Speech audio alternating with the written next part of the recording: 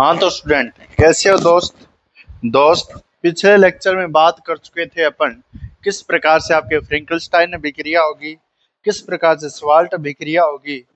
इसके बाद अपनों ने SN1 SN2 की मैकेनिज्म कर ली। अब इसके बाद अपने बात आती है स्टूडेंट, SN2 के कुछ अपन महत्वपूर्ण अभिक्रियाएं पढ़ेंगे जो आपके 7th चैप्टर में है, एल्कोहल फिनोल ईथर वाले में। और उसके बाद में अपन क्या पढ़ेंगे यहाँ पर SN2 के मैकेनिज्म से और एक विलोपन अभिक्रिया। आज आपके सामने दो अभिक्रियाएं लिखे हैं, समझ में आएगा स्टूडेंट। बहुत ही अच्छा, क्योंकि आज का लेक्चर आपके लिए बहुत ज्यादा जरूरी है स्टूडेंट। इसे ध्यान से सुनना पड़ेगा, सुनोगे तभी समझ में आएगा। SN1 SN2 मैंने समझा दी है, SN2 का कंसेप्ट आज लगेगा। देखिए स्टूडेंट, इसमें मैं बात करूं तो SN2 की धमाकेदार रिएक्शन, धमाकेदार रिएक्शन, SN2 की धमाकेदार अभिक्रिया। स्टूडेंट एक चार्ट बना रहा हूं, देखना जरा। चार्ट बना दो, नहीं चार्ट बाद नहीं बना देंगे। पहले देखो स्टूडेंट, एल्किल हैलाइड लिया है मैंने। एल्किल हैलाइड के साथ सोडियम एल्कोक्साइड लिया है। Sodium alkoxide, alkoxide, alkoxide. ये स्टूडेंट सोडियम है और ये RO है, इसको बोलते हैं एल्कोक्साइड। अब ये जब अभिक्रिया करता है ना स्टूडेंट, जब ये अभिक्रिया करता है तो हमारे पास RO R डैश, ठीक है, इस प्रकार से पीछे से take R dash OR plus हमारे पास NaX बार निकलता है। इथर का निर्माण होता है। किसका निर्माण होता है? इथर का। इथर का निर्माण होता है। और जो ये अभिक्रिया है ये कहलाती है विलियमसन इथर सिंथेसिस। इस अभिक्रिया की naming reaction student Williamson ether संश्लेषण, यानी एल्किल हैलाइड से आप किस प्रकार से इथर का फॉर्मेशन कर देते हो, इसे बोलते हैं Williamson ether synthesis, Williamson ether संश्लेषण। SN2 क्रिया विधि से संपन्न होती है स्टूडेंट। एल्किल हैलाइड है, R डैश ONA है। अब स्टूडेंट यहाँ पर behave like a nucleophile R dash negative. Nucleophile SN2 reaction में पीछे से अटैक करता है, पीछे से अटैक करेगा। पीछे से अटैक करते क्या हो जाएगा? R डैश OR है, साथ में से इसके R है और साथ साथ X निकल रहा है, ये ट्रांजिशन स्टेट हो जाएगी। इसके बाद में स्टूडेंट क्या होगा? R डैश O और R प्राप्त हो जाएगा, इसके साथ में आपके सोडियम हैलाइड बाहर निकल जाएगा। वही हुआ है, सभी में इसी मैकेनिज्म से क्रिया होगी। जितनी भी लिखूंगा, R ओडेस आएगा, पीछे से अटैक करेगा, पीछे से अटैक करते ये जो R ओडेस न्यूक्लियोफाइल की तरफ बिहेव कर रहा है, ट्रांजिशन स्टेट बनाएगा। ट्रांजिशन स्टेट बनाने के बाद ROR और सोडियम हैलाइड आपके प्राप्त हो जाएगा। ठीक है, इस प्रकार से प्राप्त हो जाएगा। अब देखिए स्टूडेंट, ये है आपके विलियमसन इथर सिंथेसिस। अब इसके बाद में देखिए स्टूडेंट अभिक्रिया, इसके अगली, इससे आगे वाली अभिक्रिया देखिए। आ गया है समझ में? अब इसके बाद में SN2 पे आधारित अभिक्रिया आएगी आगे। 2-3 अभिक्रिया स्टूडेंट एक साथ करवा देता हूं। एल्किल हैलाइड, ये ले लेते हैं भाई, बिगीला ये ठीक है। अब एल्किल हैलाइड है,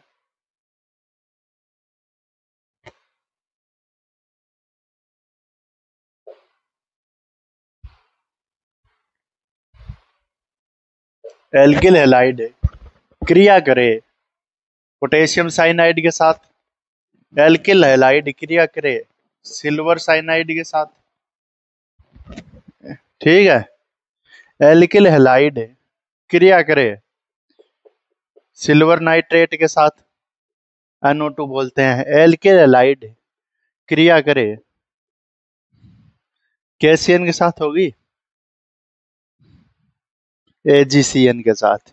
सारी अभिक्रियाएं SN2 मैकेनिज्म फॉलो करेगी। बस याद रखना है, इसमें न्यूक्लियोफाइल साइनाइड बनेगा। इसमें न्यूक्लियोफाइल NC बनेगा, बता देता हूँ रीजन क्या है। इसमें न्यूक्लियोफाइल NO2 बनेगा। इसमें न्यूक्लियोफाइल, इसमें NC बन गया, ये तो AgCN वाली एक ही होगी ना, यहाँ पर AgNO2, AgNO2 के साथ सिल्वर नाइट्रेट के साथ AgNO2 हो गया, KNO2, एक KNO2, AgNO2, इसमें न्यूक्लियोफाइल ONO बनेगा। इसमें नाइट्राइट, इसमें नाइट्रेट, नाइट्रेट है ये ONO, नाइट्राइल भी बोलते हैं, नाइट्राइल बोल देते हैं, ठीक है। ये इसमें नाइट्राइल बना है, इसमें आइसो नाइट्राइल, इसमें साइनाइड, ये आइसोसाइनाइड, ये नाइट्रो, ये नाइट्राइल। ऐसा क्यों हुआ है? कंडीशन लिख देता हूँ स्टूडेंट, KCN है और AgCN है, एक तो KCN है और एक AgCN है। ये बॉन्ड ब्रेक हो सकता है, लेकिन इसमें Ag व कार्बन का बॉन्ड ब्रेक नहीं, क्योंकि Ag सह संयोजक बंध बनाता है। Ag क्या बनाता है? सह संयोजक बंध बनाता है, इसलिए क्या नहीं होगा, बॉन्ड ब्रेक नहीं होगा।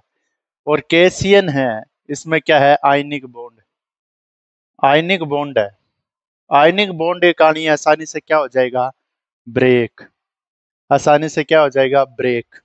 AgCN होगा या Ag जिस भी मेटल के साथ जुड़ा होगा, AgNO2 भी हो सकता है, उसमें क्या होगा स्टूडेंट, ये धातु के जो बीच में बंध होता है वो क्या नहीं करता, टूटता नहीं है, लेकिन इसमें पोटेशियम और जो साइनाइड है इसका बंध टूट जाता है। यहाँ पर देखिए स्टूडेंट, मैं कहना क्या चाहता हूँ, साइनाइड न्यूक्लियोफाइल बना है तो इस X को निकाल देगा, R के साथ जुड़ जाएगा, तो बनेगा क्या अपना RCN, इसमें RNC, इसमें RNO2, nitro alkene, nitro alkene. ये विधि है स्टूडेंट, नाइट्रो एल्केन आप एल्किल हैलाइड से किस प्रकार से बनाएंगे, nitrile, RONO, alkyl nitrile, alkyl nitrile, nitrile, ये एल्किल नाइट्राइल है स्टूडेंट, नाइट्रो एल्केन है, iso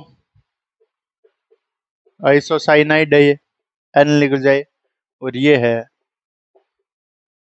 alkyl cyanide, alkyl cyanide. यही बताना चाहता हूँ स्टूडेंट, क्यों बताना चाहता हूँ, इसके मध्य का बॉन्ड टूट रहा है, ये ब्रेक डाउन नहीं होगा, इसलिए यहाँ पर लोन पेयर नाइट्रोजन देता है, नाइट्रोजन अटैक करता है, इस साइड पे पोटेशियम NO2 साइड अटैक करेगी, लेकिन इस साइड में ये ऑक्सीजन यहाँ पर लोन पेयर देगा। इतना ही है इस बॉन्ड के कंसेप्ट पे, ये दोनों है। उतारिए सर, उतारिए सर आप, ठीक है। SN2 की धमाकेदार reaction student 7th number chapter में भी है ये आपके, इसलिए मैंने करवा दिया है, 7th में आपके रिपीट नहीं करना पड़ेगा। अब इसके बाद हम देखिए स्टूडेंट,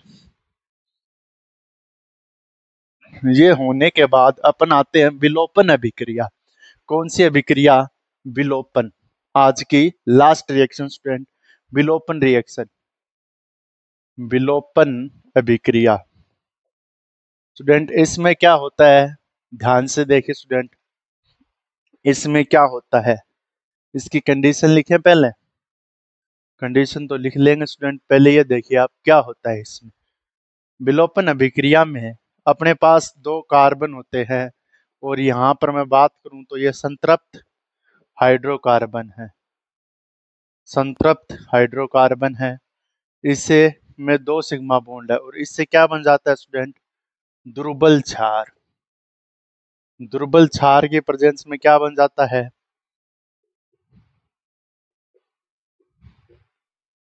sp2 हाइब्रिडाइजेशन हो जाता है, क्योंकि दो सिग्मा एक पाई, सारे सिग्मा sp3 sp2 में चेंज हो जाता है, और असंतृप्त असंतृप्त एल्किन बनती है, क्या बनती है, असंतृप्त एल्किन। विलोपन का मतलब होता है किसी चीज का गायब हो जाना। सिनेरियो ऐसा रहेगा स्टूडेंट, इसमें जो दो कार्बन रहेंगे, पहले तो sp3 होना चाहिए, इसके साथ एक X जुड़ा होगा, ठीक है, यहाँ पर भी कार्बन होगा।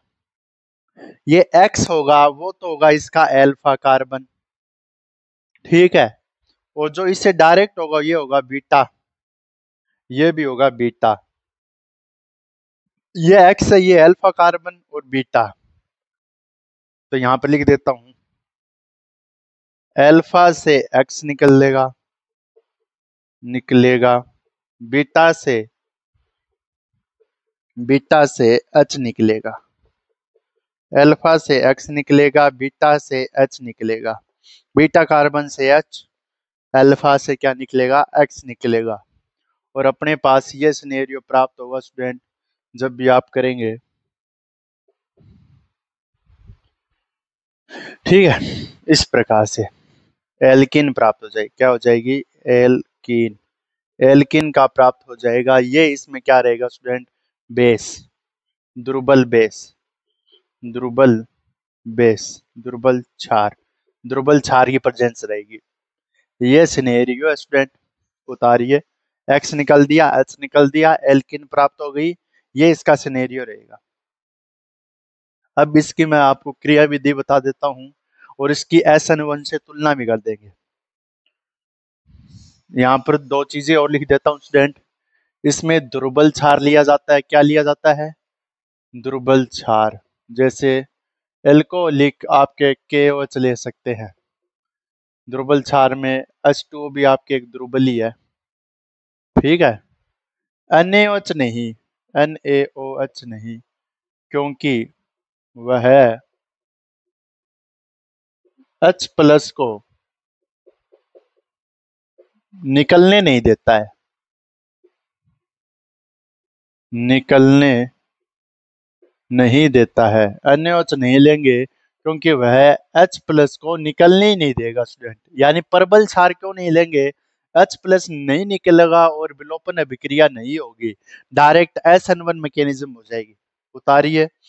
अब देखिए स्टूडेंट, इसकी मैं तुलना आपको दोनों को एक साथ करवा देता हूं, आपके समझ में आ जाएगा, या पहले ये करवाऊं, दोनों एक साथ ही करवा देता हूं।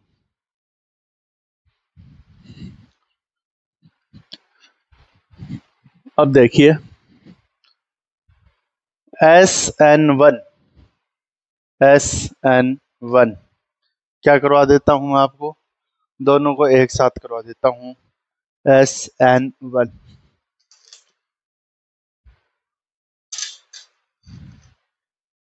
देखिए स्टूडेंट SN1, अब देखिए SN1 व SN2, SN1 व विलोपन, SN1 अभिक्रिया और वह विलोपन अभिक्रिया। एनसीईआरटी का एक पेज है उसमें दिया हुआ है ये कोष्टक में, SN1 बनाम विलोपन अभिक्रिया। देखिए स्टूडेंट कितना अंतर है, बस थोड़ा सा डिफरेंस है। जैसे मैं आपके CH3 लेता हूँ, CH3 CH3 CH3 3 degree butyl halide, इसमें भी यही लेते थे, CH3 CH3 CH3, यहाँ पर CH3 और यहाँ पर CH3, यहाँ पर X, यहाँ पर प्रेजेंस ले लेते हैं अपन एक्वस KOH की, और यहाँ पर एल्कोहलिक KOH, एल्कोहलिक KOH अब ये हमेशा विलोपन अभिक्रिया दर्शाता है। यहाँ पर SN1 चलेगा, यहाँ पर विलोपन, यहाँ पर विलोपन अभिक्रिया चलेगी। कौन सी चलेगी, विलोपन। बस यहाँ तक सेम स्टूडेंट। क्या बताया मैंने, दो पद में संपन्न होती है, कार्बोकेटाइन जनरेट होगा, CH3 कार्बन, CH3 CH3, और यहाँ पर आ जाएगा पॉजिटिव 3 डिग्री कार्बोकेटाइन, कार्बोकेटाइन जिससे जुड़ा है वो डायरेक्ट 3 कार्बन से जुड़ा है, यहाँ पर यह अभिक्रिया आगे होगी। और जो यहाँ पर X निकला है, ये जो X निकला है इस OH नेगेटिव के साथ में KX बाहर हो जाएगा, OH अटैक करने आएगा, behave like a nucleophile. Alcoholic KOH में क्या होगा स्टूडेंट, यहाँ से भी X जाएगा पहले, और CH3 सी CH3 और CH2 इस प्रकार से लिख सकता हूँ इसको H, कार्ब कैटाइन निर्माण हो जाएगा। अब स्टूडेंट ये होने के बाद यहाँ पर जो OH न्यूक्लियोफाइल है स्टूडेंट, OH का जो न्यूक्लियोफाइल है वो यहाँ पर स्टूडेंट डायरेक्ट अटैक करता है। SN1 में बताया मैंने CH3 CH3 और OH 3 degree alcohol 3 degree alcohol 3 degree alcohol प्राप्त हो जाता है, डायरेक्ट OH न्यूक्लियोफाइल के रूप में कार्ब कैटायन पे अटैक करता है। लेकिन विलोपन अभिक्रिया हो रही है, एल्कोहलिक KOH है, इसलिए क्या होगा, कार्ब कैटायन बना है। लेकिन इसके आगे स्टूडेंट जो ये हाइड्रोजन है ना, ये आप मैंने बताया था अभी आपको, ये है आपके अल्फा, ये ये जिससे जुड़ा है ये अल्फा कार्बन, ये अल्फा है से हमेशा क्या निकलता है स्टूडेंट एक्स, ये है बीटा, बीटा से एच, बीटा से एच, बीटा से एच, कौन से भी क्या निकल सकता है, एच निकल सकता है। यहाँ से बीटा से क्या निकलेगा, एच पॉजिटिव, एच पॉजिटिव निकलेगा, CH3 CH3 H double bond CH2,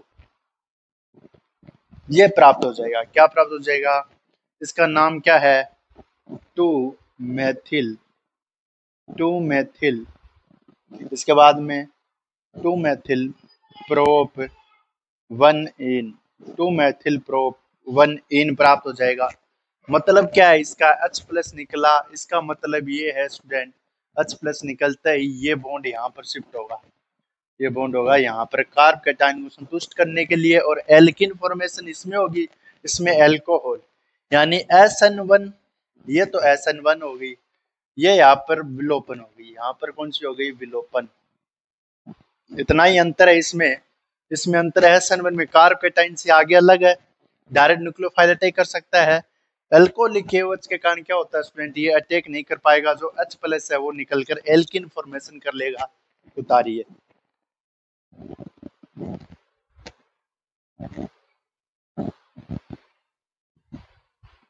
उतारिए दोस्त, उतार लिया मेरे भाई। अब देखिए स्टूडेंट, ये हो गया। अब आपके सामने मैं इसमें आता है स्टूडेंट, एक बात और आती है यहाँ पर, क्या आती है स्टूडेंट, नियम आता है स्टूडेंट एक, क्या आता है यहाँ पर, नियम, सेथ जेफ रूल, यहाँ पर आता है आपके सेथ जेफ रूल।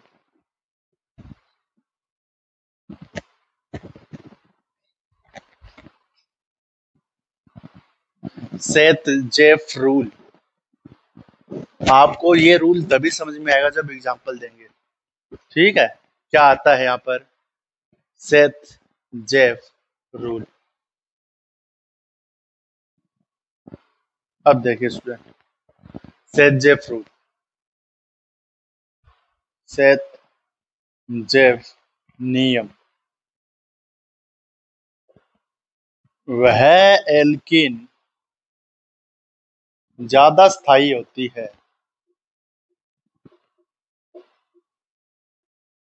जिसमें प्रतिस्थापी की संख्या अधिक हो।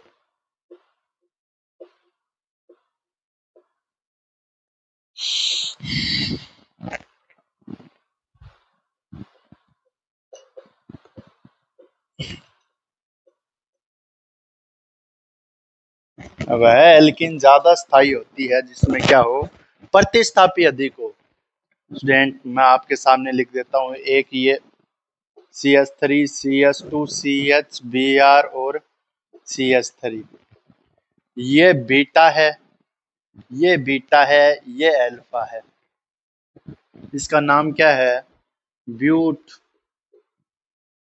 टू ब्रोमो ब्यूटेन, दो पे ब्रोमो लगा हुआ है, टू ब्रोमो ब्यूटेन इसका नाम है, टू ब्रोमो ब्यूटेन।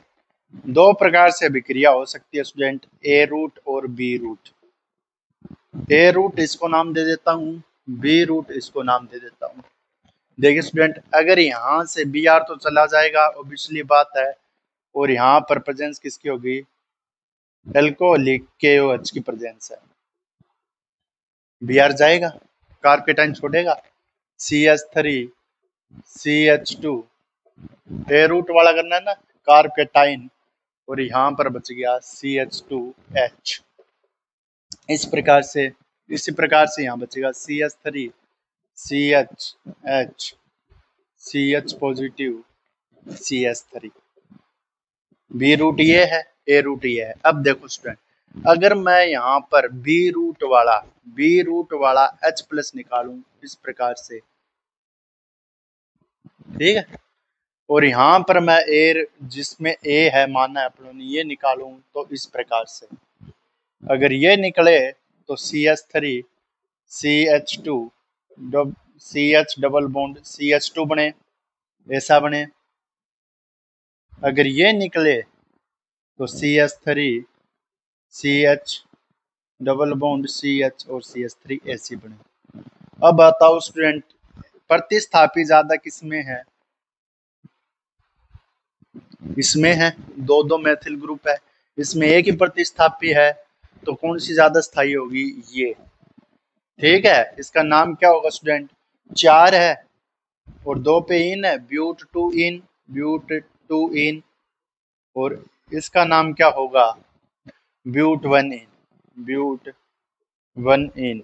सरल सा क्वेश्चन आ सकता है, ब्यूट 2 इन और ब्यूट 1 इन में से ज्यादा स्थायी कौन है विलोपन अभिक्रिया के लिए?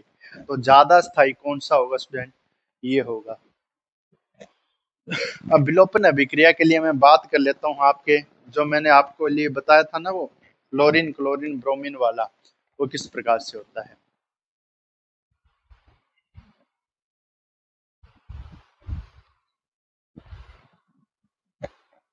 इसके लिए जो ऑर्डर होता है स्टूडेंट, वही यही होता है जो मैंने बताया था पहले, सेम ऑर्डर रहेगा।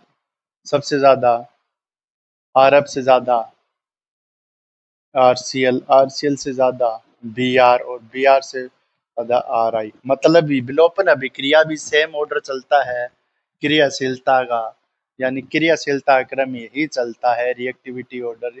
आसानी से क्रिया करने वाले Ri के साथ ही विलोपन अभिक्रिया आसानी से देगा।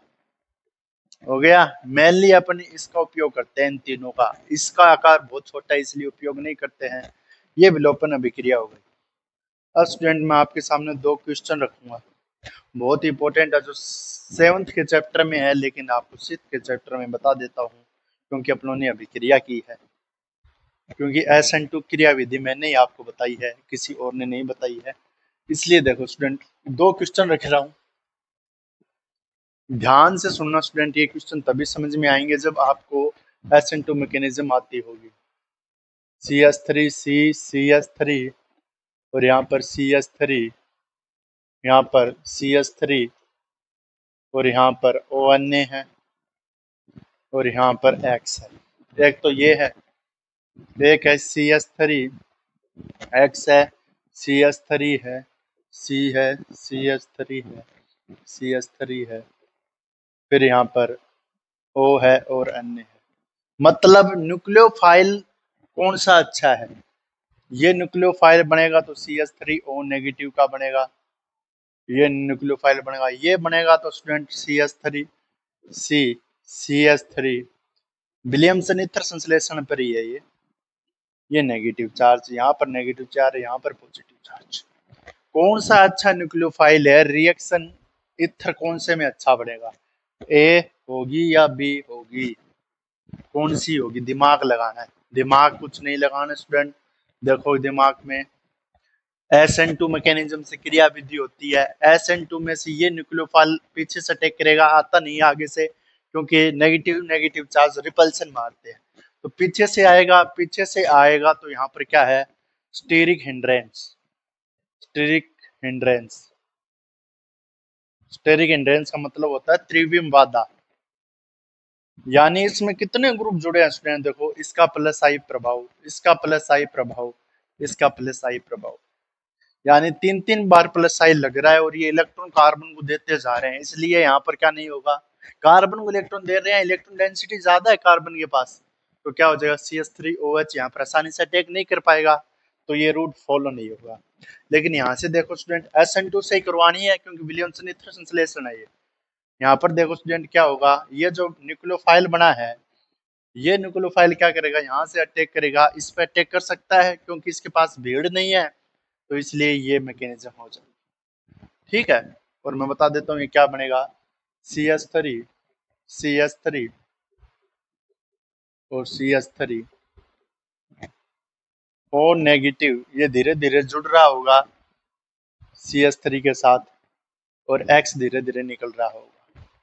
ये इसका TS बन जाएगा, और TS बनने के बाद में आसानी से अभिक्रिया हो जाएगी स्टूडेंट। ये CH3 C, CH3 CH3, यहाँ पर O, और यहाँ पर CH3 का निर्माण हो जाएगा। ये इथर बन जाएगा। क्या बन जाएगा ये इथर? सम्मित है या असम्मित है? असम्मित इथर है। और इसका नाम क्या होगा स्टूडेंट? हमेशा जो छोटा होता है उससे नाम करते हैं, तो यहाँ पर मेथोक्सी, और इसका नाम क्या है? ब्यूटेन। नॉर्मली यही है, मेथोक्सी ब्यूटेन। OCH3 इसको मेथोक्सी बोलते हैं, इसका नाम हो जाएगा मेथोक्सी ब्यूटेन, मेथोक्सी ब्यूटेन। ये स्टूडेंट इसका नाम हो जाएगा मेथोक्सी ब्यूटेन।